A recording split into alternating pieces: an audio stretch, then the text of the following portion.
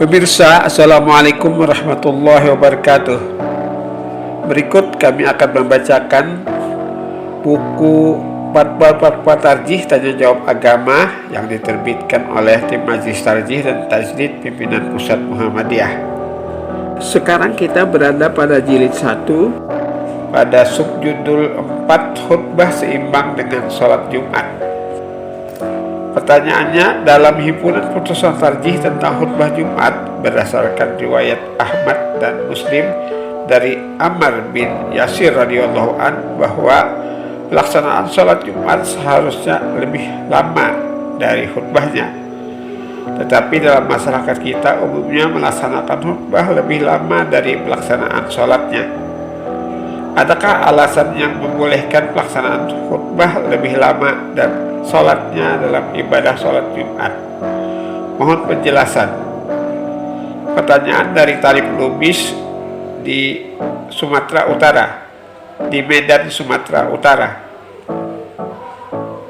Jawabannya, memang tidak ada hadis yang secara tegas membolehkan pelaksanaan khutbah Jumat lebih lama dari pelaksanaan sholatnya. Di samping itu, kita dapati pelaksanaan ibadah Jumat dalam masyarakat kita Indonesia jarang yang melaksanakan sholatnya lebih lama dari khutbahnya. Yang demikian karena khutbahnya terlalu lama sedang sholatnya terlalu pendek. Dalam beberapa hadis kita dapati bahwa sholat Jumat Nabi dengan khutbahnya seimbang sebagaimana diriwayatkan oleh segolongan ahli hadis kecuali Al-Bukhari dan Abu Daud dari Jabir. Tetapi pokoknya sholatnya lebih panjang dari khutbahnya sebagaimana disabdakan sendiri seperti riwayat Ahmad dan Muslim dari Ammar dan hadis riwayat An-Nasai.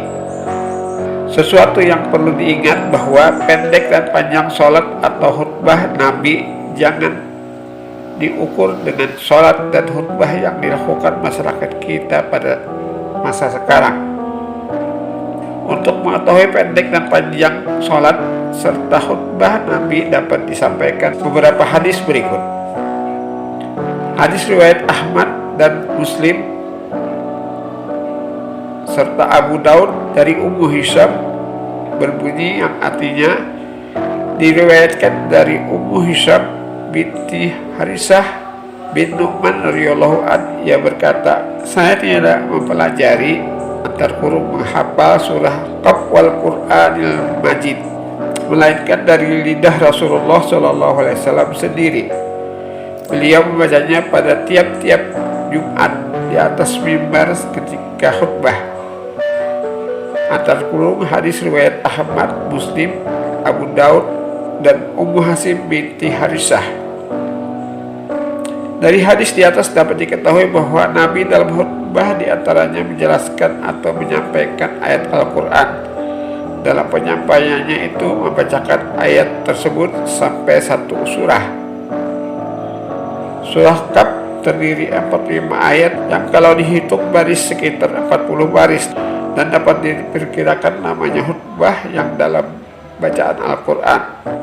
Nabi selalu membacanya dengan tartil, jelas tidak tergesa-gesa. Perbandingan lamanya sholat dapat dilihat dari salah satu hadis Nabi riwayat Ahmad dan Muslim serta Abu Daud dan Ibnu Abbas, yang artinya dari Ibnu Abbas diriwayatkan bahwa Nabi di hari Jumat pada sholat subuh membaca surah Alif Lam Mim Tanzil dan Hal Ata Alal Insan, dan dalam sholat Jumat antar kurung membaca surah Al-Jumu'ah dan surah Al-Munafikun. Hadis riwayat Ahmad, Muslim dan Abu Daud. Dua surat yang dibaca dalam sholat Jumat tersebut dalam hadis di atas kalau dihitung ayatnya sejumlah 22 ayat. Tetapi ayat-ayatnya lebih panjang dari ayat-ayat dalam surah Qaf, sehingga kalau dihitung jumlahnya barisnya hampir menyamai jumlah baris surah Qaf. Dalam membaca kedua surah pada tiap rakaat, Nabi melakukannya dengan tartil dan didahului dengan surah Al-Fatihah sehingga dapat diperkirakan namanya sholat Jumat yang dilakukan oleh Nabi. Dari hadis-hadis di atas dapat diketahui atau diperkirakan lamanya Nabi melakukan sholat dan khutbah Jumat yang prinsipnya memang melakukannya sholat lebih lama dari khutbahnya.